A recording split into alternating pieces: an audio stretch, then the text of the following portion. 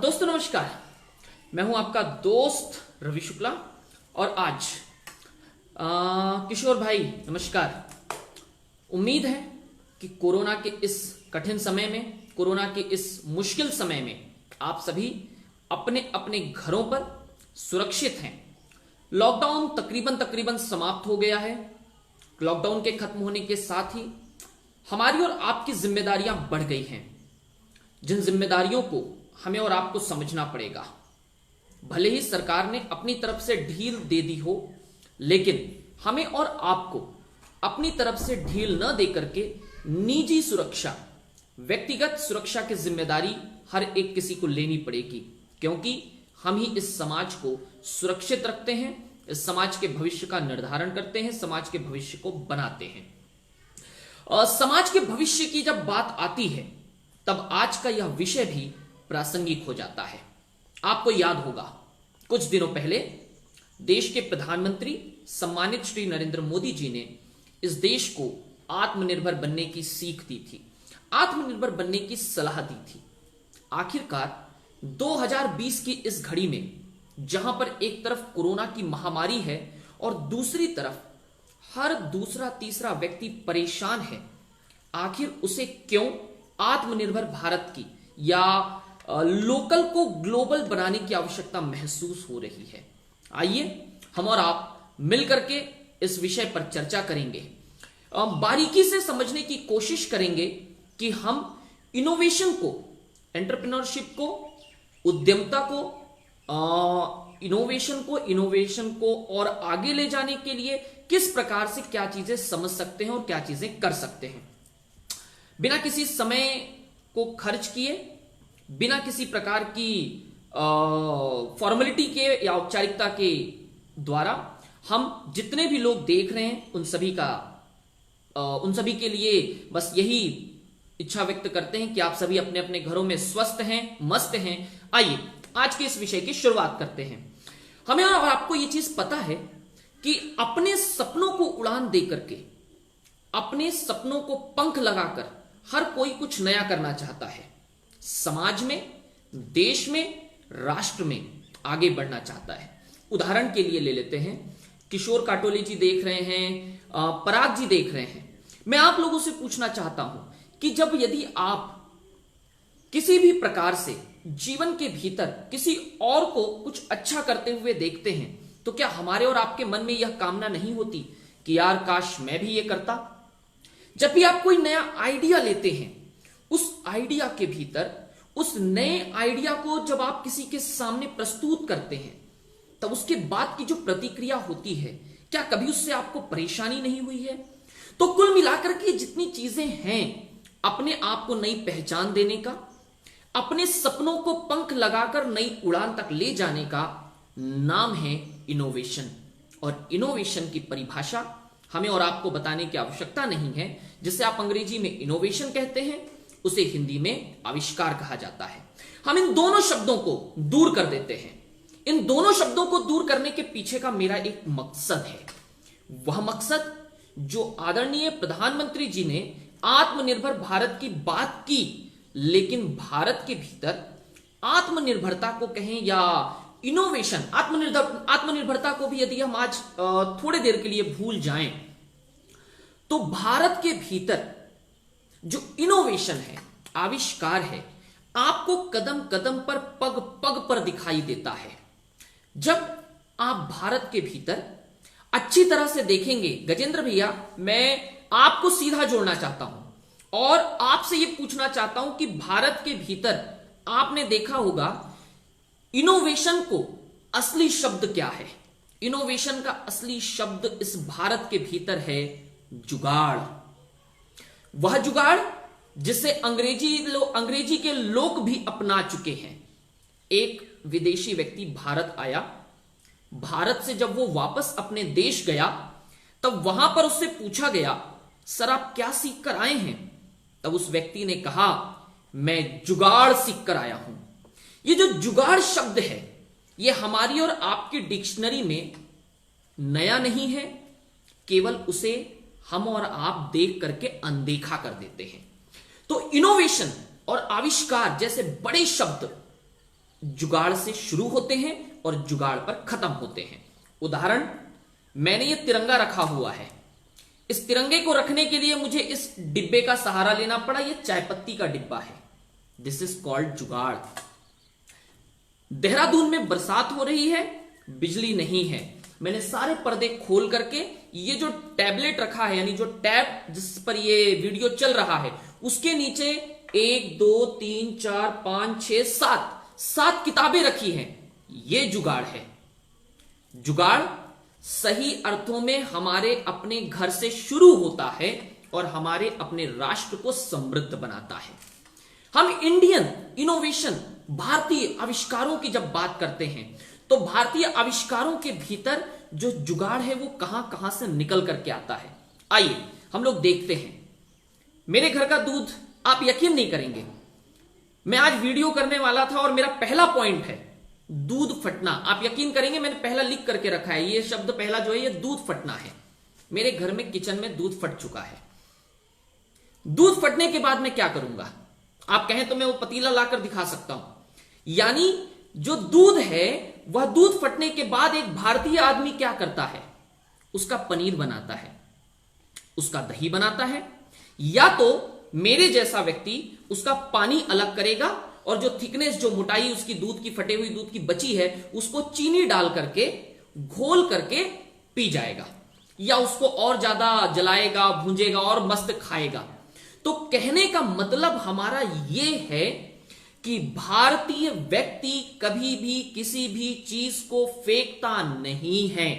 मैं मान रहा हूं कि किशोर भाई, पराग जी, हमारे लोहिया भैया, आप गजेंद्र भैया, आप देख करके आप कल्पना कर सकते हैं कि हम किस विषय को लेकर के जा रहे हैं। इनोवेशन कोई बड़ी चीज नहीं है। प्रधानमंत्री जी ने बोला और भारत के लोगों ने आज उसे रियलाइज किया कि यार अपने को आत्मनिर्भर बनना है। हम पहले से आत्मनिर्भर हैं, केवल नई शुरुआत करने की जरूरत है। भारत की रसोई, मेरे पीछे रसोई है, उस रसोई के अंदर में दादी मां के नुस्खे हैं, दैट इज कॉल्ड जुगाड़। आप यदि मान लीजिए कि जरा सी चोट लग जाए तो आप पहले टूथपेस्ट लगाते हैं, आप उस पर हल्दी लगाते हैं, आप उस पर चाय पत्ती लगाते हैं। ये क्या है? ये जुगाड़ है। भारत के भीतर में ये जो रसोई होती है, ये रसोई हमारी पहली फार्मेसी होती है। और वह फार्मेसी जो किशोर काटोले जी को मैंने फोन किया था कि यार ऐसा कुछ बोलना है, आप बताओ। किशोर काटोले ने मुझे बताया कि ये जो फार्मेसी, ये जो रसोई है, ये हमारी एक फार्मेसी है। हमने उसको सोचा और सोचने के बाद ये विजुलाइज हुआ, ये रियलाइज हुआ कि हाँ यार सचमुच में हमारी जो रसोई है वही रसोई हमारी क्या है? यही रसोई पहली फार्मेसी है। थोड़ा सा और आगे चढ़ते हैं जुगाड़ को लेकर के। आपके घर में नागपुर में कूलर लगा होगा, मैं तो देहरादून में हूं, कूलर की आवश्यकता नहीं है, लेकिन नागपुर के भीतर जब कूलर लगता है, मैं नागपुर में रहा हूं, जितनी भी जगह कूलर लगता है हम कूलर के सामने पैंट लेकर के उसे टंगा देते हैं, उसे लगा देते हैं, जिससे कि 2 डायरेक्शन में हवा निकल जाती है। दैट इज कॉल्ड जुगाड़। जिनके घर में फ्रिज नहीं होती वो लोग रात को दूध कूलर के ऊपर उसका जो पानी होता है उसमें रखते हैं, दैट इज कॉल्ड जुगाड़। तो भारत के भीतर में ये जो जुगाड़ शब्द है ये नया नहीं है। जब आपके टूथपेस्ट से पेस्ट निकलना बंद हो जाता है तो उसे बेलन से लेकर के या कैंची से लेकर के आप काटते हैं, बचा कुचा भाग निकालते हैं, वो जुगाड़ है। सही अर्थों में हमारे देश के भीतर में ये जो आविष्कार है, ये जो इनोवेशन है, ये कोई नया शब्द नहीं है। आप टूथ ब्रश को पायजामे का नाड़ा डालने के लिए और महिलाएं पेटीकोट का नाड़ा डालने के लिए इस्तेमाल करती हैं, ये जुगाड़ है। याद होगा आपको, बचपन के दिन याद कीजिए जब हमारे और आपके घरों में प्रेस नहीं होती थी, और उस प्रेस की बजाय हम और आप, जब मैं गांव में रहता था तो गांव के भीतर में हमारे घर में बाबा जी जो हमारे थे वो गर्म पानी को लोटे के भीतर रखते थे और ऐसे पतलून या शर्ट पैंट को बिछाया जाता था और उसके ऊपर इस तरह से उसे प्रेस किया जाता था। दैट इज कॉल्ड जुगाड़। आप यकीन कीजिए गजेंद्र भैया कि आप खेत के भीतर जा रहे हैं, हमारे खेत से जुगाड़ कैसे जुड़ाया हमने, इंडियन ने, भारतीयों ने जुगाड़ को कैसे लाया। जी किशोर, बिल्कुल सही कहा आपने। मैं आपको एक और एग्जांपल दे रहा हूं। आप खेत के भीतर जाएंगे और जैसे ही खेत के भीतर जाते हैं वहां एक पुतला खड़ा होता है, डुप्लीकेट इंसान के समान दिखाई देता है। यानी इंसान के पास इतना वक्त और समय नहीं था कि वो 24 घंटा उस खेत के भीतर खड़ा रह सके, इसीलिए उसने जुगाड़ लगाया और खेत के भीतर जाकर के क्या किया, अपना पुतला खड़ा कर दिया। इस पर से मुझे एक जोक याद आता है, मजाक सुनते हैं। एक जोक गजेंद्र भैया मैं आपको डेडिकेट कर रहा हूं, सुनिएगा। गजेंद्र भैया का खेत है और गजेंद्र भैया के खेत में दो पुतले खड़े हैं और दोनों पुतलों के बीच में वहां दो पीछे से पंछी खड़े हैं। पंछी आपस में बात कर रहे हैं, यार ये इंसान है या नहीं। दूसरा बोलता है कि नहीं, मैं डैम श्योर बोल रहा हूं ये इंसान नहीं है। पहला बोलता है कि नहीं ये इंसान है।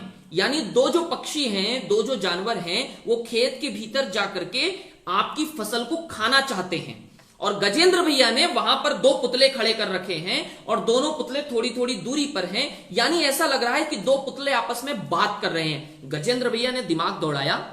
दिमाग ये था कि दो पुतले, दोनों पुतलों के बीच ऐसी दूरी बनाई जिससे कि दोनों आपस में बात करते हुए दिखाई दें। और गजेंद्र भैया ने सोचा भी नहीं था, उन दो कौवों ने, दो पंछियों ने सोचा।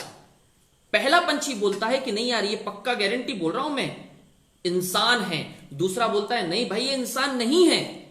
बोले तो इतना कॉन्फिडेंट होकर के कैसे बोल सकता है। तब पहला वाला कहता है यार इंसानों के अंदर एक खूबी होती है, वो लोग हाथ में मोबाइल लेकर के खड़े रहते हैं। यानी पुतले के हाथ में मोबाइल नहीं है, इसीलिए 100% ये पुतला ही है। तो ये केवल एक मजाक की बात हो गई, ये केवल एक मजाकिया हुआ। लेकिन हमें और आपको ये चीज समझनी पड़ेगी कि जो भारत का जुगाड़ है, भारत के जुगाड़ के साथ साथ इनोवेशन हमारा आगे आया है। इनोवेशन को हमने आगे लाया है। आप थोड़ा सा और आगे चलिए। एसटी बस में, सरकारी बस में सफर करते वक्त आपने देखा होगा कि हम खिड़की से रुमाल डाल करके अपनी सीट को रिजर्व करते थे, अपनी सीट को बुक करते थे। और वही जो सीट है हमारी, वही सीट कल चल करके टोकन के रूप में तब्दील हो गई। हमारी जो वही सीट है, हमारी वही सीट कल चल करके टोकन के रूप में तब्दील हो गई।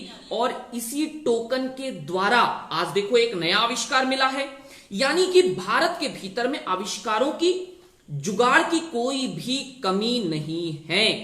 मैं एक और आपको एग्जाम्पल देता हूं और वो एग्जाम्पल ये है कि गगन भाई स्वागत है। एग्जाम्पल दीजिए कि गगन और किशोर कल तक एक दूसरे के दोस्त थे। गगन ने यह कहा कि मुझे मेरे दफ्तर छोड़ देना। रोज वो लिफ्ट लेकर के जाता था और वही लिफ्ट, वही जुगाड़, आविष्कार ओला के रूप में निकल करके आई, उबेर के रूप में निकल करके आई। कल तक हमारे और आपके घरों में जो हमारे बुजुर्ग थे, हमारे जो अपने थे, वो लोग, बुजुर्ग व्यक्ति नुक्कड़ पे बैठ करके रिश्ते तय करते थे, आपस में बात करके। बुजुर्ग व्यक्तियों का जो वह संवाद था, जो बातचीत थी, वही बातचीत आज मैरिज ब्यूरो के रूप में तब्दील हो गई है। दैट इज कॉल्ड जुगाड़ और इनोवेशन। यानी भारत के भीतर इनोवेशन कोई बहुत नया और बड़ा शब्द नहीं है। मैं एक और एग्जांपल देना चाहता हूं। पहले हमारे जो टीचर्स होते थे, वो टीचर्स इतना ज्यादा मोटिवेट कर देते थे कि उनके मोटिवेशन के कारण हम लाइफ में कभी भी फेल नहीं होते थे। लेकिन आज की सिचुएशन क्या है? आज काउंसलिंग सेंटर खुल गए हैं। इनोवेशन है, जुगाड़ के माध्यम से आपने इनोवेशन लाया है और वह इनोवेशन बड़ी तेजी के साथ में बढ़ रहा है। अब मैं भारत के पुरातन संस्कृति से आपको एक दो इनोवेशन दिखाऊंगा और मुद्दे को, विषय को आगे लेकर के चलूंगा। महाभारत आपने और सबने देखी होगी। महाभारत को जब देखा है गगन भाई, किशोर भाई, यदि आप महाभारत देखे हैं तो महाभारत के भीतर आपने एक चीज नोटिस की होगी। वो चीज क्या है? संजय धृतराष्ट्र को पूरा सीधा प्रसारण युद्ध के क्षेत्र से बता रहे हैं। यानी युद्ध भूमि में जितनी चीजें चल रही हैं, युद्ध भूमि में जितनी चीजें घट रही हैं, उन सारी चीजों को सीधे प्रसारण के रूप में हमारे संजय जी आकर के बता रहे हैं। अब संजय जी जब आकर के बता रहे हैं, वही इनोवेशन आज दूरदर्शन है। आप याद कीजिए, सो एंड सो व्यक्ति की सभा लगी हुई है और उस सभा के भीतर लाइव प्रसारण हो रहा है। क्या है? इनोवेशन। यानी कि हम पहले से ये चीजें कर चुके हैं। मंत्र शक्ति के द्वारा आप लोगों ने रामायण देखी होगी, और रामायण को यदि आपने देखा है तो रामायण के भीतर में आपने देखा था कि राम और रावण जब युद्ध कर रहे हैं तो युद्ध के भीतर वो मंत्र अपने धनुष पर एक बाण लेते हैं और कुछ तो भी मंत्र बोलते हैं। यही मंत्रोच्चारण, यही मंत्र हमारे आज के पासवर्ड हैं, यानी इनोवेशन। पुष्पक विमान की कल्पना हमारे आज से सदियों हजारों साल पहले हो चुकी थी। आज वो हवाई जहाज हैं। पहला विमान भारत में, या पहला विमान जब बना, शिवकर तलपड़े जी ने बनाया, वो इनोवेशन है। पहली ट्रांसप्लांट सर्जरी इस भारत के भीतर में भगवान गणेश की हुई थी। यानी इनोवेशन, आविष्कार हमारे लिए कोई बहुत बड़ा और नया शब्द कदापि और कदापि नहीं है। भारतीय दृष्टिकोण से देखा जाए तो जुगाड़ और इनोवेशन का, यानी आविष्कार का बहुत पुराना नाता है, बहुत पुराना संबंध है दुनिया के। अब हम आते हैं, इसको और आगे लेकर के चलते हैं। एंटरप्रेन्योर होता क्या है? एक बेहतरीन उद्यमी क्या होता है? इनोवेटिव आइडिया आपके दिमाग में आ तो रहे हैं, लेकिन एग्जीक्यूट क्यों नहीं हो रहे हैं, उस पर अब बात करते हैं। आपने एक चीज गौर की होगी कि पहले हमारे और आपके घरों में भोजन का आदान प्रदान होता था। यदि गगन भाई के घर पर कुछ खाना बना है, गजेंद्र भैया के घर पर कुछ खाना बना है, तो मैं उस खाने को पड़ोस वाले तक भी पहुंचाऊंगा, उसके 2 घर पहुंचाऊंगा। वही खाने का आदान प्रदान आज जोमेटो के रूप में इनोवेटिव आइडिया है, एकदम अलग आइडिया। उन्होंने खाने को लेकर के एक घर से दूसरे घर तक पहुंचाने को एक नया स्वरूप दे दिया, and that is called Zomato, Swiggy and all. यानी आप आज जितनी भी चीजें समाज में, समाज छोड़िए, बाजार में देख रहे हैं, वो सारी चीजें इनोवेटिव आइडिया के रूप में आई हैं। दुनिया के जितने भी बिजनेस हैं, वो सारे हमारे अपने जरूरतों पर आधारित हैं, जरूरतों पर आधारित है। शब्द को समझिएगा, यानी आपका जो आइडिया है, आपके पास जो सोच है, वह सोच इनोवेटिव है या नहीं, यह समझना पड़ेगा। मुझे किसी ने पूछा कि क्या जितने भी व्यवसाय हो रहे हैं, जितने भी बिजनेस हो रहे हैं, वो सारे इनोवेशंस हैं? सॉरी टू से, बट ये सारे एंटरप्रेन्योर नहीं है, ये सारे इनोवेशंस नहीं है। ये व्यवसाय जरूर हो सकते हैं, लेकिन इनोवेशन नहीं हो सकते। इनोवेशन का यदि हिंदी अनुवाद देखेंगे तो आविष्कार होता है। आविष्कार में आपकी साधारण सब्जी की दुकान नहीं आएगी, बट घर से ऑर्डर लेकर के, ऑनलाइन ऑर्डर लेकर के आप सब्जी घर वाले तक पहुंचा करके दे रहे हैं, दैट इज कॉल्ड इनोवेशन। यदि आपने किराना की दुकान खोल करके रखी है तो वो आपका इनोवेशन नहीं है, पर आप ऑनलाइन ऑर्डर लेकर के सामने वाले तक पहुंचा रहे हैं तो वो आपका इनोवेशन है। यानी qualities of entrepreneurship and innovative mind, जो हमें समझना है कि एक उद्यमी की क्वालिटीज क्या होती हैं और इनोवेटिव माइंड की पहचान कैसे होती है। सी, बहुत सिंपल सा है कि आपने जाकर के अपने पिताजी से, अपने दोस्तों से कहा कि मेरे पास में एक सोच है। आपने पैडमैन मूवी देखी होगी।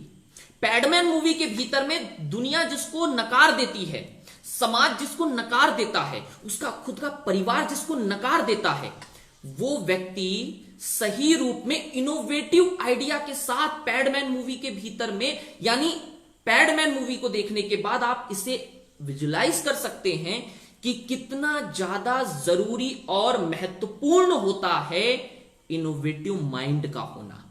एक चीज और मैं उसी पैडमैन मूवी से उठा रहा हूं, ग्राहक को कोई भी चीज देने से पहले आपको खुद को उसे खुद पर जांचनी है। आप जिस आइडिया, जिस प्रोडक्ट के साथ, मेरे पास एक सवाल आया है जिस सवाल का यह उत्तर है कि क्वालिटीज क्या है एंटरप्रेन्योर की, हमारी जो क्वालिटीज हैं, हमारी जो गुणवत्ता है या हमारे जो लक्षण हैं, हम कैसे पहचानेंगे कि आप एक बेहतरीन उद्यमी बन रहे हैं या नहीं। वह क्वालिटी आपको खुद को जज होनी चाहिए, आपको खुद को उसे एक्सेप्ट करते आना चाहिए कि हां भाई मैं सचमुच में ये काम कर सकता हूं। आप मान कर चलिए कि मैंने जया मैडम को बोला कि जया मैडम मेरे घर पर, मैं पहले नासिक में रहता था, तो जया कुरूप मैम जेसीआई में है, हमारे साथ थे, हम लोगों ने 1 साल साथ में काम किया। मैंने मैडम को यह बोला कि मैडम ये सोफा है, मुझे इसे बेचना है। तो वो अपने 4 लोगों को बताती थी कि उनके घर पे सोफा है, उसे बेचना है। आज OLX से माध्यम से, आज किसी और माध्यम से, आज वो चीजें घर में बैठ करके आप बेच सकते हैं। मैं जब नासिक से निकल रहा था तब मैंने अपनी एक्टिवा OLX पे अपलोड की, एक्टिवा नहीं अपलोड कर दी, फोटो अपलोड की। ठीक है, तो फोटो अपलोड करने के बाद में विद इन 30 मिनट, यानी 30 मिनट में मेरी एक्टिवा बिक गई। अच्छा, इसका मतलब यह कि गाड़ी की कंडीशन बहुत अच्छी थी, ठीक है, इसलिए 30 मिनट लगे। कंडीशन ठीक नहीं होगी, प्राइस नहीं पट रहा होगा तो 2 दिन और लग सकते हैं। यानी ये जितने भी चीजें हैं ये इनोवेटिव आइडिया हैं। पर भारत को 2020 के कगार पर आकर के अजय पाठक जी, अजय भैया, एक मैं जिस मुद्दे को लेकर के जा रहा था, आप बहुत सही समय पर आए हैं। भारत के प्रधानमंत्री श्री नरेंद्र मोदी जी ने जो हमारे आत्मनिर्भर भारत की आज एक बात रखी है, उस आत्मनिर्भरता के लिए जो लोकल को ग्लोबल बनाने की बात है, मेरी एक सोच है, मैं आप लोगों के बीच में रख रहा हूं कि हमें आज 2020 में क्यों आकर के इस बात को उठाना पड़ा। याद कीजिए, आप लोगों ने इतिहास में पढ़ा है, इतिहास में आपने पढ़ा है हिरोशिमा नागासाकी के बारे में। जापान के हिरोशिमा नागासाकी पर बम गिरा, तारीख थी 6 अगस्त 1945, 6 अगस्त 1945। भारत को आजादी मिली 15 अगस्त 1947, यानी हमसे 2 वर्ष पहले जापान एक त्रासदी से, तकरीबन समाप्ति से गुजर रहा था और भारत 2 वर्ष के बाद में आजाद हुआ। महीना वही है, केवल 2 वर्षों का अंतर है। यानी भारत के पास भी तकरीबन चीजें नहीं थी और उनके जापान के पास भी तकरीबन चीजें नहीं थी, लेकिन दोनों देशों में सबसे महत्वपूर्ण चीज क्या थी जिसके कारण आज जापान दुनिया के भीतर एक नई पहचान बना पाया है और भारत आज आत्मनिर्भर बनने के लिए लोगों को उकसा रहा है, लोगों को उत्साहित कर रहा है, लोगों को आत्मनिर्भर या लोकल को ग्लोबल बनाने की बात कर रहा है। केवल एक चीज, अजय भैया, शशांक भैया, आप इस बात को जरूर एग्री करेंगे कि जापान के पास में दृढ़ इच्छा शक्ति थी और भारत के पास में शायद दृढ़ इच्छा शक्ति की कमी थी। वरना जापान और भारत दोनों समकक्ष खड़े थे और आज जापान कहां है, यानी बॉलीवुड के भीतर में कोई भी शूटिंग के लिए या कोई भी अच्छा कैमरा होना है तो वो जापान से आता है। जापान में अपनी जो भी उनकी क्वालिटीज थी, जो भी उनके अंदर सक्षमता थी, जो भी उनके अंदर में गुण थे, उन गुणों को अपनी पहचान बनाई और सबसे खास बात, उन्होंने अपनी भाषा को अपनाया। और जो देश, ये मैं नहीं, ये किताबें कहती हैं कि जो देश अपने ज्ञान को अपनी भाषा में स्वीकार करता है या प्राप्त करता है, वह 100% उसे प्राप्त होती है, यानी उसे वो बहुत ही तेजी के साथ में आत्मसात कर लेता है। तो भारत और जापान, जहां दोनों देशों को तकरीबन 2 वर्षों के अंतराल के भीतर कुछ भी नहीं था, आज भारत आत्मनिर्भर बनने का लोगों को घोषवाक्य दे रहा है, स्लोगन दे रहा है, और जापान आप देख सकते हैं उदाहरण हमारे सामने है। अब भारत के इनोवेशन को कहीं पर यदि लगाम लग गई तो वो क्या थी? मुझे एक चीज बताइए, क्या पूरी दुनिया के भीतर में, या भारत को आत्मनिर्भर, दुनिया छोड़ दीजिए यार, बहुत दुनिया की बात ही नहीं करेंगे हम बात करेंगे केवल भारत की। भारत को आत्मनिर्भर बनाने के लिए क्या डॉक्टर और इंजीनियर ही जरूरी है? बहुत बड़ा सवाल है। पंकज भैया स्वागत है। पंकज भैया, सबसे पहला सवाल आपसे कि क्या भारत को आगे बढ़ाने के लिए या लोकल को ग्लोबल बनाने के लिए डॉक्टर और इंजीनियर ही काफी हैं? शायद नहीं। मुझे यकीन है आप सभी इस बात को स्वीकार करेंगे कि हमें किसी भी सूरत में डॉक्टर और इंजीनियर ही नहीं, बल्कि आत्मनिर्भर, लोकल को ग्लोबल और इनोवेशन को, आविष्कार को आगे बढ़ाने के लिए अन्य चीजों की भी जरूरत है। यदि भारत को इनोवेशन के मामले में आगे बढ़ना है, आत्मनिर्भर बनना है, लोकल को ग्लोबल करना है, तो हमें किसानों को भी महत्व देना पड़ेगा, हमें सफाई कर्मियों को भी महत्व देना पड़ेगा, हमें यंगस्टर्स के जो आईआईटीज में पढ़ते हैं, सरकारी स्कूलों में पढ़ते हैं। आपने 3 इडियट्स फिल्म देखी होगी। 3 इडियट फिल्म के भीतर आखिरी के 15 मिनट का सीन याद कीजिए। उन 15 मिनट के भीतर जो आमिर खान का घर बताया गया है लास्ट में, या उसकी लेबोरेटरी बताई गई है जहां पर बच्चे अलग अलग प्रकार की एक्टिविटीज करते दिखाई दे रहे हैं, वो इनोवेशन है। और ऐसे इनोवेशन को भारत को एक्सेप्ट करना पड़ेगा, भारत को स्वीकार करना पड़ेगा कि हां, ये सारे आविष्कार भारत एक्सेप्ट करके, स्वीकार करके आगे चलने के लिए तैयार है। तो केवल डॉक्टर और इंजीनियर पैदा करने वाले देश आत्मनिर्भर बनने का सपना और लोकल को ग्लोबल बनाने का सपना पूरा नहीं कर सकते।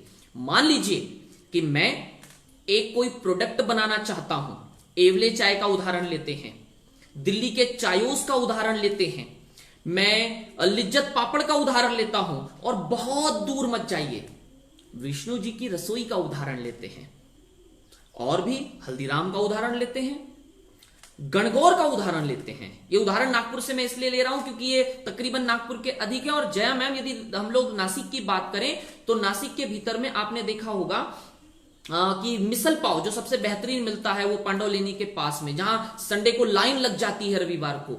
ये जितनी चीजें हैं, इन्होंने एक आइडिया लाया। हैदराबाद की पैराडाइज बिरयानी को ले लीजिए, ये नए इनोवेटिव आइडिया थे, जिसको, या ये सिर्फ ये कहिए कि आइडियाज थे, इन आइडियाज को एग्जीक्यूट किया गया है।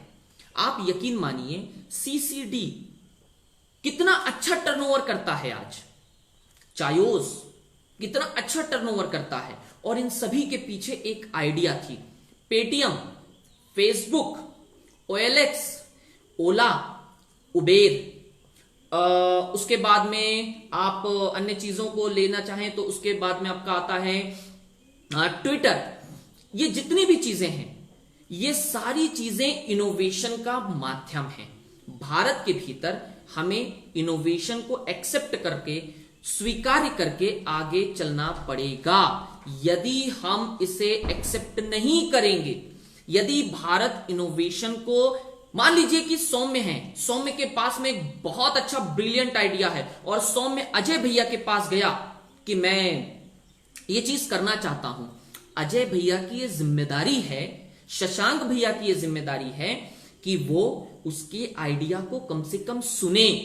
यानी हमें आइडियाज को एंटरटेन करना पड़ेगा, आइडियाज को एक्सेप्ट करना पड़ेगा, भले ही वह आइडिया खराब क्यों ना हो, लेकिन कुछ तो दम होगा। थोड़ा सा भी दम रहा तो उस आइडिया को एग्जीक्यूशंस तक ले जाने के लिए बहुत जरूरी है कि सौम्य के कंधे पर हाथ रखना पड़ेगा, उसकी गलबाही करनी पड़ेगी, उसके साथ लेकर के उसे चलना पड़ेगा कि आई एम विथ यू। सो भारत को लोकल को ग्लोबल करने के लिए पहला चैलेंज है कि केवल डॉक्टर और इंजीनियर्स को प्रमोट ना करें, बल्कि छोटी छोटी चीजों को भी प्रमोट करना सीखें।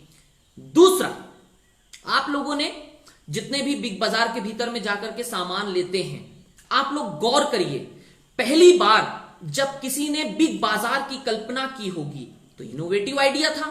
कोई ये कहता कि नहीं भैया, एक ही बिल्डिंग में कपड़ा भी बिकेगा, जूता भी बिकेगा, खाना भी बिकेगा, वहां पर बाथरूम भी होगा, एक नहीं दर्जनों होंगे, पिज्जा भी होगा, पार्लर भी होगा, यानी each and everything should be there in that only one building.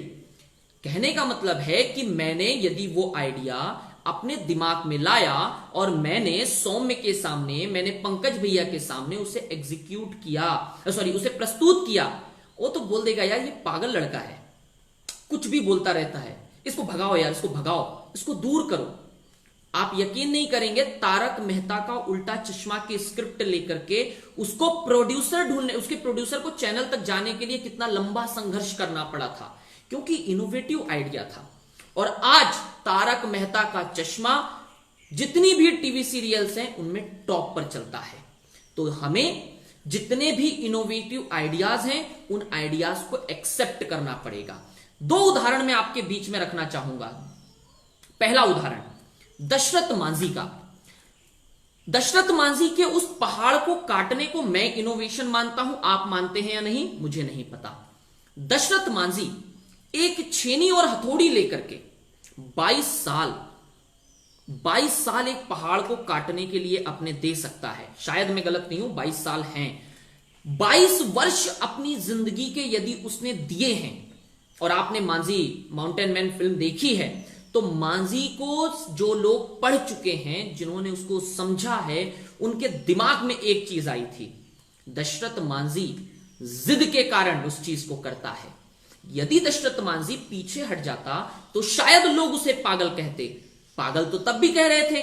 यानी आइडियाज के पीछे आपको पागल होना पड़ेगा, जिद होनी पड़ेगी, और जिद आपके आइडिया को लेकर के आगे जाएगा।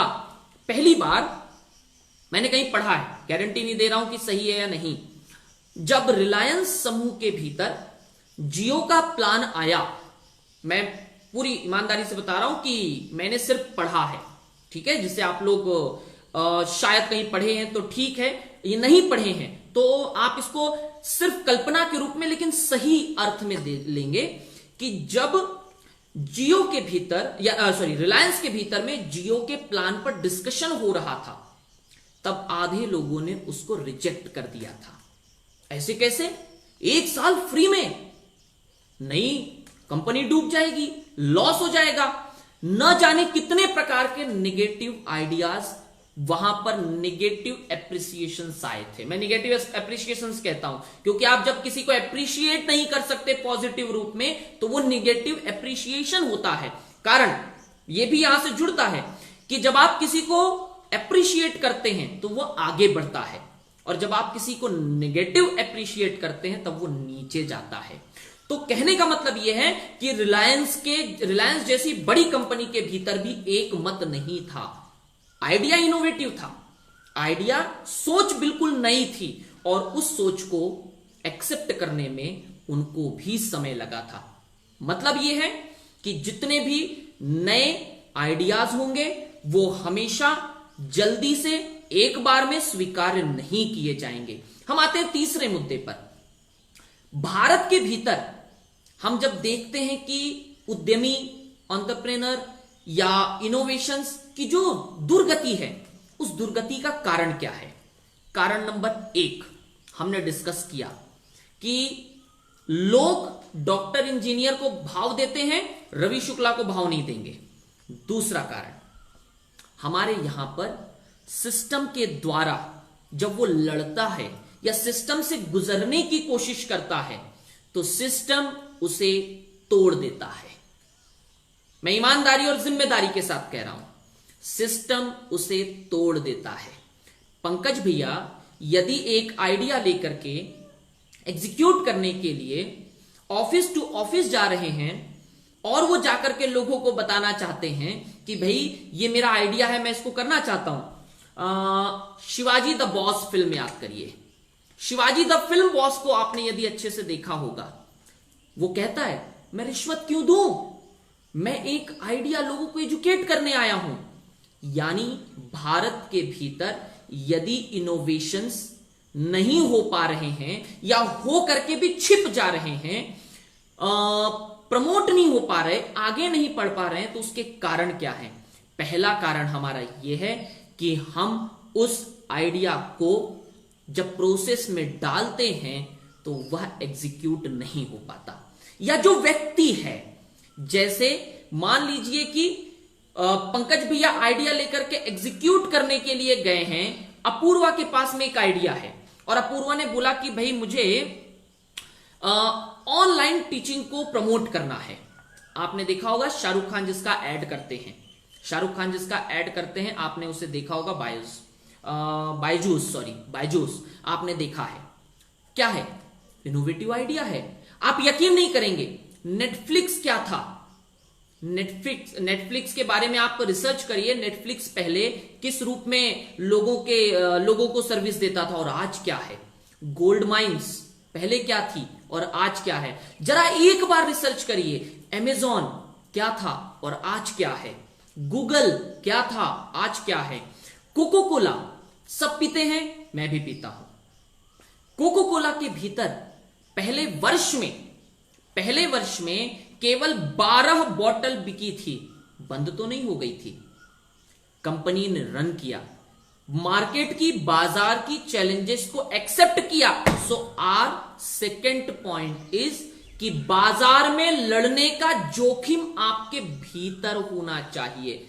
यदि अपूर्वा के पास में, सौम्य के पास में, मंदार जी के पास में एक आइडिया है, तो मुझे उस आइडिया को एग्जीक्यूट करने के लिए लड़ना होगा। मेरी जिद होगी, मैं लड़ूंगा कि मैं मेरे आइडिया पर पूर्ण विश्वास करता हूं, दुनिया करे या ना करे। शिवाजी द बॉस वो सफल हुआ। आप जितने भी उदाहरण देखेंगे वो सारे सफल हुए हैं। मान लीजिए कि मैंने कभी, जब पहली बार वो प्लेन बना होगा और जिसने किसी के सामने कल्पना रखी होगी, यार मैं एक ऐसी चीज बनाना चाहता हूं जिसमें 100 लोग बैठ करके उड़ेंगे, उस आइडिया को लोगों ने केवल पागल बोल करके उसे दरकिनार कर दिया होगा। और यही नहीं, मैं एक नया इनोवेशन का एक माध्यम बताता हूं आपको। पहली बार जब हम 4 पैरों पर चलते थे, यानी 2 हाथ 2 पैर के बीच हम चारों चीजों पर चलते थे, तब पहली बार जब इंसान खड़ा हुआ था तो लोगों ने उसको पागल बोला था। बैठ जा, ये क्या कर रहा है? लेकिन वो चलता चला गया, उसको देख करके दूसरा चलता चला गया, फिर तीसरा, और आज हम लोग 2 पैरों पर चल रहे हैं और 2 हाथों से काम कर रहे हैं। कहने का मतलब है कि हमारा, आपका अपना सबसे पहली प्रायोरिटी है self confidence, then market analysis. Market को, बाजार को आपको एडॉप्ट करना पड़ेगा, मार्केट को, बाजार को आपको एक्सेप्ट करना पड़ेगा। एक कुएं के भीतर से बहुत सारे मेढक चिड़चिड़ा रहे थे, टरटरा रहे थे। अपूर्वा, ये कहानी या ये दृष्टांत मैं आपको डेडिकेट कर रहा हूं, क्योंकि आप जिस तरीके से नया कुछ करना चाहती हो और नया कुछ करने के लिए आगे बढ़ना चाहती हो, ये आपके लिए बहुत जरूरी है। सुनिएगा अच्छे से। एक कुआं है, उस कुएं के भीतर बहुत सारे मेढक हैं। वो मेढक टरटरा रहे हैं, चिल्ला रहे हैं, बौखलाए हुए हैं। और एक मेढक, दूसरा मेढक, तीसरा मेढक जैसे ही बाहर निकलने की कोशिश करता है, वो उसको ढकेलते हैं, गिराते हैं, भगाते हैं। एक मेढक उनमें से चुपचाप से बाहर आ जाता है। बाहर आने के बाद में, बाहर हमारे पत्रकार खड़े रहते हैं, आपको पता है। आप बाहर आ गए, आपकी सक्सेस के लिए आप क्या कहना चाहेंगे? तब उस मेढक ने कहा कि मैं अपनी सफलता का श्रेय उन सभी लोगों को देना चाहूंगा जिन लोगों ने मुझे आगे बढ़ने से रोका, मुझे नकारा कहा, मुझे कहा कि तुमसे नहीं होगा। और जिस दिन लोगों ने मुझे यह कहा कि तुमसे नहीं होगा, उसी दिन मैंने ठान लिया सिर्फ मुझसे होगा। धीरू भाई अंबानी, टाटा, सचिन तेंदुलकर, विराट कोहली, ये सब कौन है? इन्होंने वो काम कर, सैराट सबसे बड़ा उदाहरण, सैराट कम बजट की ऐसी फिल्म जिसने सारे रिकॉर्ड्स तोड़ दिए, सैराट। ये सारी चीजें क्या थी? ये अपने आप पर विश्वास करने का नतीजा था। अगला पॉइंट है कि यदि आप एंटरप्रेन्योर बनना चाहते हैं, आप आगे बढ़ना चाहते हैं, तो भैया मैंने आपके लिए एक स्कीम सोच रखी है। टू बी वेरी फ्रैंक, बहुत ईमानदारी से आपको बता रहा हूं कि स्कीम यह है कि भाई हमने अपनी एक टीम बनाई है और वह टीम आपको मदद करेगी। उस टीम में ऐसे सफल एंटरप्रेन्योर हैं, ऐसे सफल उद्यमी हैं, ऐसे सफल इनोवेटिव आइडियाज के ओनर्स हैं। एक या दो ही हैं, बहुत लंबी भीड़ नहीं है, लेकिन एक और दो लोग ऐसे हैं जो हमारे माध्यम से आपको पूरा सपोर्ट करेंगे। आप यदि नया कुछ करना चाहते हैं, यदि आप इनोवेशन के साथ आगे बढ़ना चाहते हैं, मान लीजिए कि आपने खाद बनाई है, मान लीजिए आपने नए प्रकार की फसल पैदा की है, मान लीजिए कि आपने रोबोट पर कोई काम किया है, तो हम आपको मदद करेंगे। हम आपकी मदद इस तरह से करेंगे कि सारा आइडिया आपका होगा, पेटेंट आपका होगा, हम केवल एग्जीक्यूशन में मदद करेंगे। क्योंकि भारत के भीतर में हमने ये देखा है, हमारी सोसाइटी की ये कमजोरी है कि हम लोग चीजों को कभी भी प्रमोट नहीं करते हैं, हम चीजों को कभी भी आगे लेकर के नहीं जाते हैं। तो पहली जरूरत हमारी ये है कि भाई हमें यह समझना पड़ेगा कि किसके पास इनोवेटिव आइडिया है। तो मैं आज आपके सामने इस पूरे इनोवेशन के बीच में दो मुद्दे विशेष रूप से रखना चाहूंगा। नंबर एक, फ्यूचर की अपॉर्चुनिटीज के लिए आपको अपने आप को तैयार करना पड़ेगा। और इनोवेशन को जो लोग स्मार्ट वर्क बोलते हैं, हम उसे स्मार्ट प्लस हार्ड वर्क दोनों का कॉम्बिनेशन बोलते हैं। Smart work plus hard work equals to success. यदि आपके पास में स्मार्ट वर्क करने का तरीका है लेकिन हार्ड वर्क नहीं करेंगे, भैया आपको मार्केट में घूमना पड़ेगा। आपने देखा होगा लिज्जत पापड़ को शुरुआत में कितना स्ट्रगल करना पड़ा था, एक महिला समूह, और उन्होंने कभी सोचा नहीं था। हमारा एमडीएच, भारत के भीतर में यदि लोकल प्रोडक्ट्स को ग्लोबल बनाना है तो पहली चीज है जुनून, और यदि जुनून नहीं है तो to be very frank business नहीं है।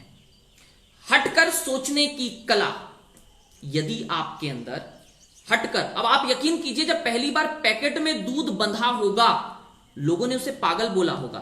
पिंकेश भाई, आपने जब पहली बार पैकेट वाला दूध, या मान लीजिए कि आप कहीं पहली बार गए हैं, आपको घर का खाना खाने की आदत है, ये पहली बार ये सुनेंगे आपकी इस प्रकार से ऑनलाइन भी चीजें मिलती हैं, हमारे दिमाग में वो चीज नहीं आती है। तो पहली चीज है कि एक सफल उद्यमी बनने के लिए, सफल व्यक्तित्व बनने के लिए, yes, nothing can replace hard work, right.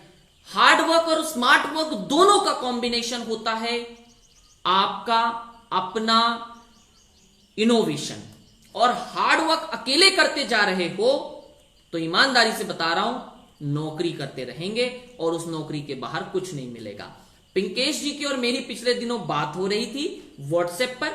उनका सपना था कि वो कुछ और करना चाहते हैं, कर कुछ और रहे हैं, लेकिन वो जिस चीज को कर रहे हैं वो उनका वहां पर इनोवेशन किस प्रकार का है, उस काम में किस प्रकार का है जिससे कि वो सक्सेस पा रहे हैं, वो इंपॉर्टेंट है। जुनून। तुषार भाई नमस्कार।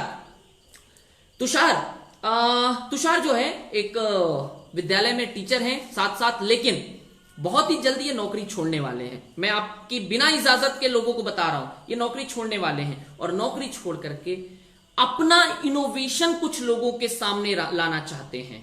कुछ ऐसा इनोवेशन ये जिसकी रिसर्च में है इस वक्त तुषार भाई माफ करना, मैंने बिना आपकी रजामंदी के लोगों के सामने खोल दिया आपकी पोल, लेकिन मुझे लगता है कि भारत के भीतर में तुषार और आप जैसे लोगों की बहुत सख्त जरूरत है, जो इनोवेटिव माइंड के साथ में चीजों को आगे लेकर जाने का और जुनून के साथ, जिद के साथ, हटकर सोचने के कला में माहिर हैं। मुश्किलों को सुलझाने वाला व्यक्तित्व तो आपको अपना बनाना होगा। सौम्य तिवारी जो आप लोगों के साथ में इसे देख रहे हैं, उसकी उम्र आप देखिएगा, बहुत, मुझे उम्र का अंदाजा नहीं है, वैसे भी किसी यंग लड़के की, जवान की उम्र नहीं पूछी जाती, वरना अभी उसके रिश्ते आने शुरू हो जाएंगे। तो सौम्य को आप देखेंगे तो स्लिम सा है मेरे समान, मुझे उसको देखकर अच्छा लगता है कि दुबले पतले लोग भी तरक्की करते हैं। कुमार विश्वास को देख करके मैं समझता हूं कि हाँ भैया, ये तरक्की करने के लिए कद काठी और आदि चीजें जरूरी नहीं होती। अगला पॉइंट वही है, आप जैसे हैं उसे अपने आप में एक्सेप्ट करिए, ना सिर्फ फिजिकली, ना सिर्फ मेंटली, बल्कि अपने आइडियाज के भीतर। आपके अपने आइडियाज को एक्सेप्ट करना पड़ेगा और आपका वही आइडिया आपको तरक्की दिलाएगा। जोखिम उठाने के लिए आपको तैयार रहना पड़ेगा। आप लोगों ने हिमा दास का नाम सुना होगा। हिमा दास जिसने भारत के इतिहास में अपने लिए एक नया अध्याय लिखा है, गोल्ड मेडल जीते हैं, 5 गोल्ड मेडल। लेकिन हिमा दास का इतिहास कितने लोगों को पता है? एक छोटे से कस्बे से, छोटे से गांव से आने वाली लड़की, जो ना ऐश्वर्या की तरह खूबसूरत थी, ना पिताजी के पास में पैसा था और ना किसी प्रकार का संसाधन था।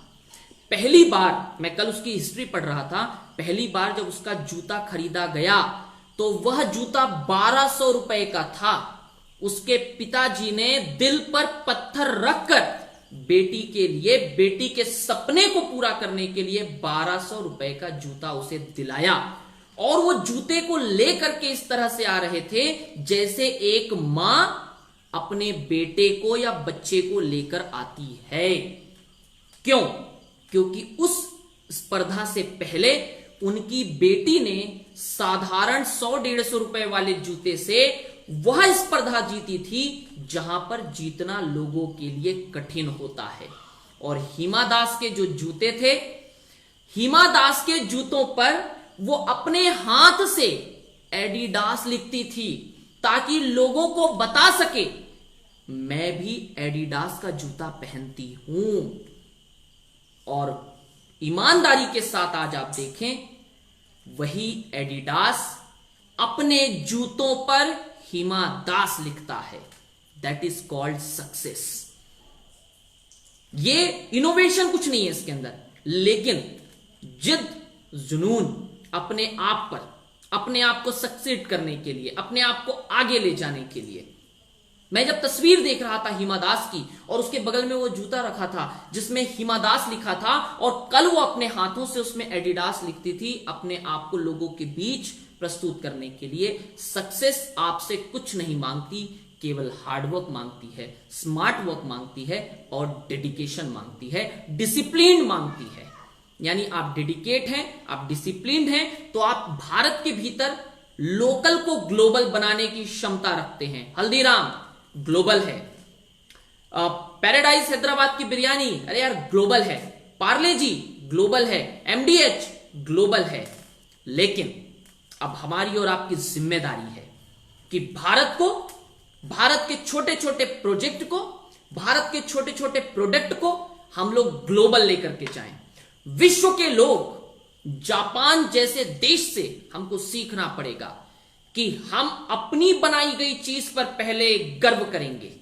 एक छोटा सा उदाहरण, यश जी, आपको डेडिकेट कर रहा हूं मैं ये उदाहरण कि व्हाट्सएप पे पढ़ा है, जहां पढ़ता हूं ईमानदारी से बताता हूं भैया, अपना एक उसूल है, बचपन में कुछ भी किया हो, बड़े होने के बाद ईमानदारी अपना ली है। बचपन में अपन ने बहुत कुछ किया, लेकिन अभी 100% ईमानदारी अपना ली है, to be very frank. So WhatsApp पे मैंने ये संदेश पढ़ा या छोटा सा दृष्टांत पढ़ा।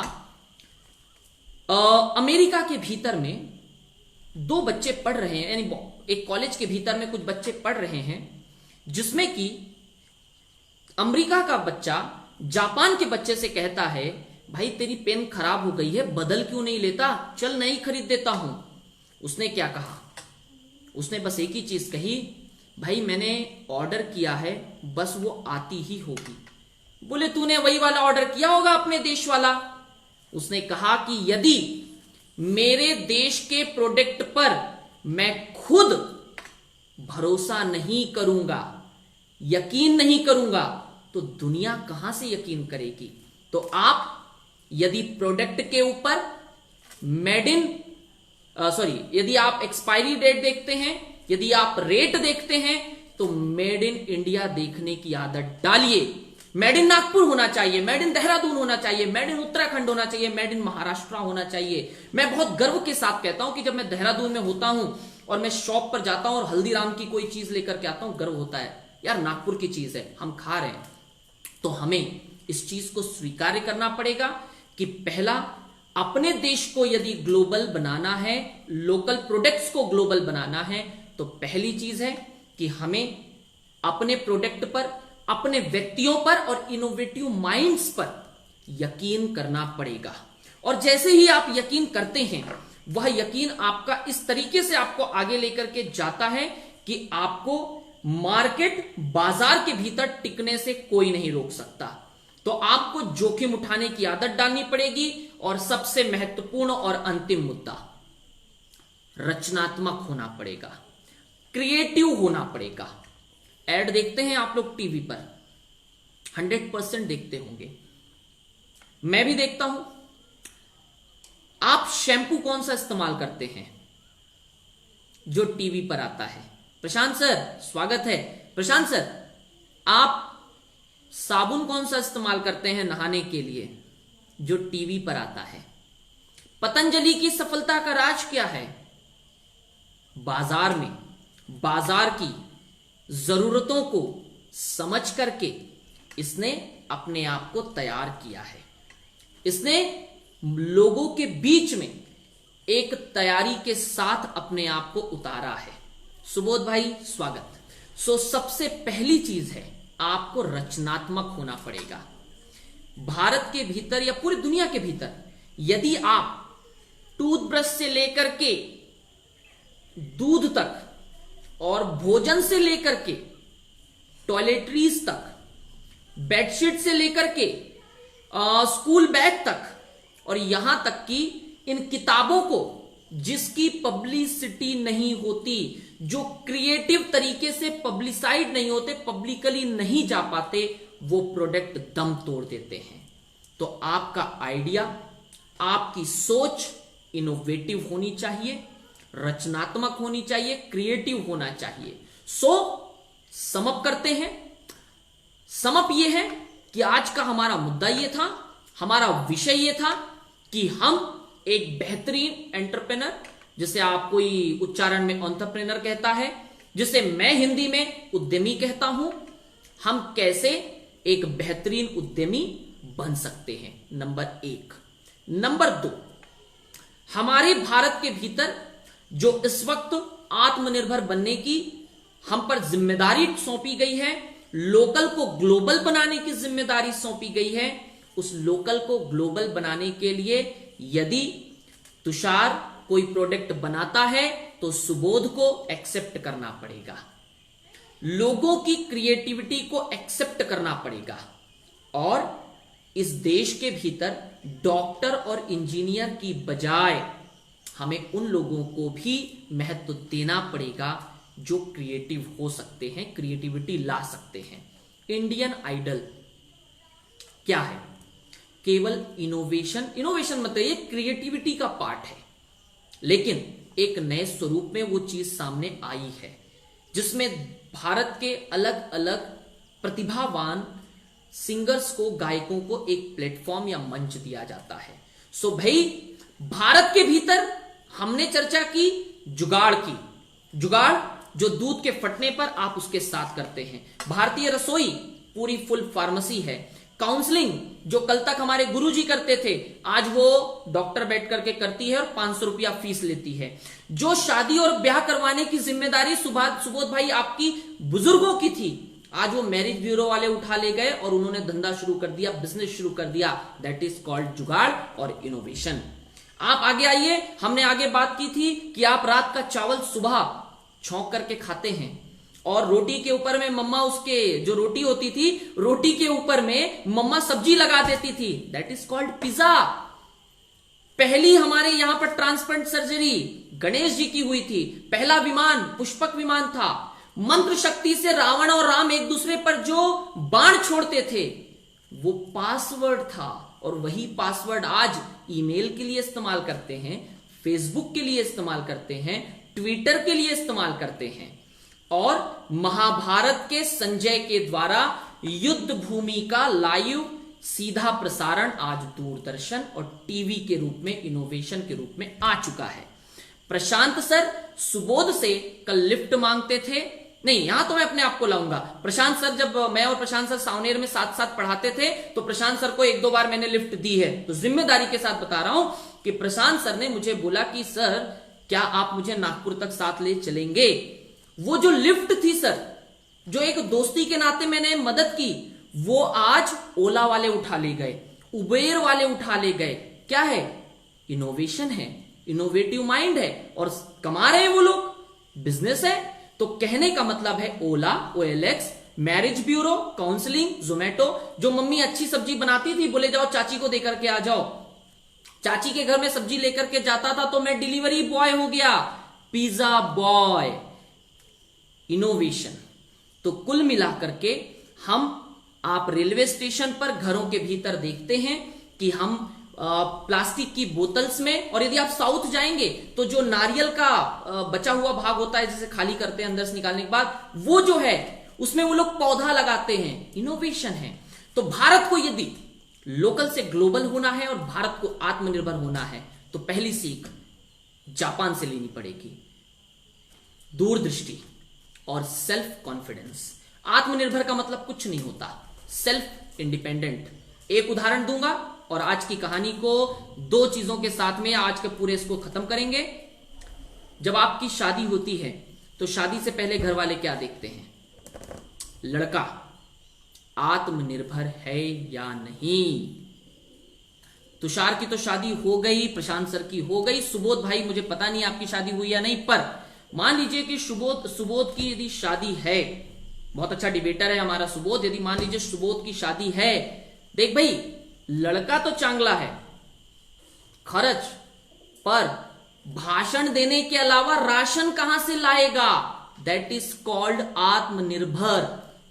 यानी लड़के का विवाह तब किया जाता है जब वो आत्मनिर्भर होता है। तो किसी भी देश के लिए, किसी भी व्यक्ति के लिए बहुत जरूरी है। या उल्टा करते हैं, लड़के से समाज बनता है, समाज से राष्ट्र बनता है, और ये आत्मनिर्भरता पर तय करता है। तो हमें आत्मनिर्भर होना है। आत्मनिर्भरता का आखिरी उदाहरण है डिब्बे वाला, मेरा बहुत फेवरेट। 2 बार मिला हूं, एक बार नागपुर में लोकमत के प्रोग्राम के माध्यम से और एक बार मुंबई में किसी कार्यक्रम में मैं संचालन कर रहा था और वो चीफ गेस्ट थे। डिब्बे वाले के बारे में आपने और सभी ने सुना है। वह डिब्बे वाला क्या था? इनोवेशन था। इनोवेशन ना कहो तो क्रिएटिव था, और क्रिएटिव ना कहो तो खाना ही पहुंचाता था, पर खाना पहुंचाना उसका अपने आप में क्रिएटिव माइंड है, और उस क्रिएटिविटी को आज भारत के अन्य शहरों में एक्सेप्ट किया गया है, अपनाया गया है। तो कहने का मतलब है कि आप यदि आर्थिक स्वतंत्रता चाहते हैं तो आपके लिए बहुत जरूरी है कि जिंदगी के बंद हुए रास्तों से अपने रास्तों को तलाशिए। जहां रास्ते बंद हो जाते हैं वहीं से रास्ते शुरू होते हैं, वहीं से रास्ते खुलने लगते हैं। सो ये था हमारा आज का इनोवेशन और उद्यमता, जुगाड़, जैसे भारतीय जुगाड़ हम लोग कहते हैं, जुगाड़ और इनोवेशन को लेकर के आपको ये आज का जो भी 1 घंटे का सेशन था, जी 1 घंटा तो हो चुका है, 1 घंटा जिन्होंने भी सुना या जो बीच बीच में आते जाते रहे, उन सभी का मैं सबसे पहले तहे दिल से आभार मानता हूं। और आपको एक चीज बताना चाहता हूं कि अब इस चैनल पर यानी इस फेसबुक पर हम इसी प्रकार के हफ्ते में 1 या 2 बार नए नए इनिशिएटिव लेकर आते रहेंगे। आपको कैसा लगा, मेरा नंबर आपके पास है, आप मुझे बता सकते हैं या कमेंट बॉक्स में आकर के आप बताएं। यदि आपको किसी भी प्रकार के इनोवेटिव आइडियाज और आदि चीजों की जानकारी चाहिए या आपको लगता है कि यार हम मिलकर के कुछ कर सकते हैं, सो मोस्ट वेलकम। हम लोग मिलकर के भी कुछ कर सकते हैं, सो आप लोगों का स्वागत है आइडिया को बेचने वाली दुनिया में। आइए मिलकर के आइडिया बेचते हैं और आइडियाज को, सोच को सपनों में तब्दील करते हैं। एक ऐसा सपना जो रिलायंस ने देखा तो जियो सक्सेस हुआ, धीरू भाई अंबानी ने देखा तो रिलायंस के रूप में सक्सेस हुआ, और किसी व्यक्ति ने देखा तो प्लेन के रूप में सक्सेस हुआ, हवाई जहाज के रूप में सक्सेस हुआ, किसी और ने देखा तो पानी पर चलने वाली बोट के रूप में सक्सेस हुआ, किसी और ने देखा तो हमारे और घर तक आने वाले जोमेटो के रूप में सक्सेस हुआ, और किसी ने देखा डिजिटल युग के रूप में तो वो पेटीएम और आदि चीजों के रूप में सक्सेस हुआ। तो आइए मिलकर के इनोवेटिव होते हैं, इनोवेशन को एक्सेप्ट करते हैं, और आसपास के लोग जो नई क्रिएटिविटी के साथ आपके पास आते हैं उनका सम्मान करते हैं। किसी को भी छोटा न समझ करके, हर किसी का सम्मान करके मिलकर आगे बढ़ते हैं। Thank you so much. Corona भले ही लॉकडाउन के बीच घूम रहा हो या लॉकडाउन खत्म हो गया हो, हमारी और आपकी निजी सुरक्षा की जिम्मेदारी, प्राइवेट या पर्सनल सेफ्टी सबसे ज्यादा जरूरी है। अपने आप को सेफ करके रखिए, औरों को सुरक्षित करके चलिए। समाज को जल्द ही कोरोना से बाहर ला करके एक बेहतरीन आत्मनिर्भर भारत, आत्मनिर्भर समाज बनाएंगे और लोकल प्रोडक्ट को ग्लोबल बनाएंगे। Thank you so much. जय हिंद।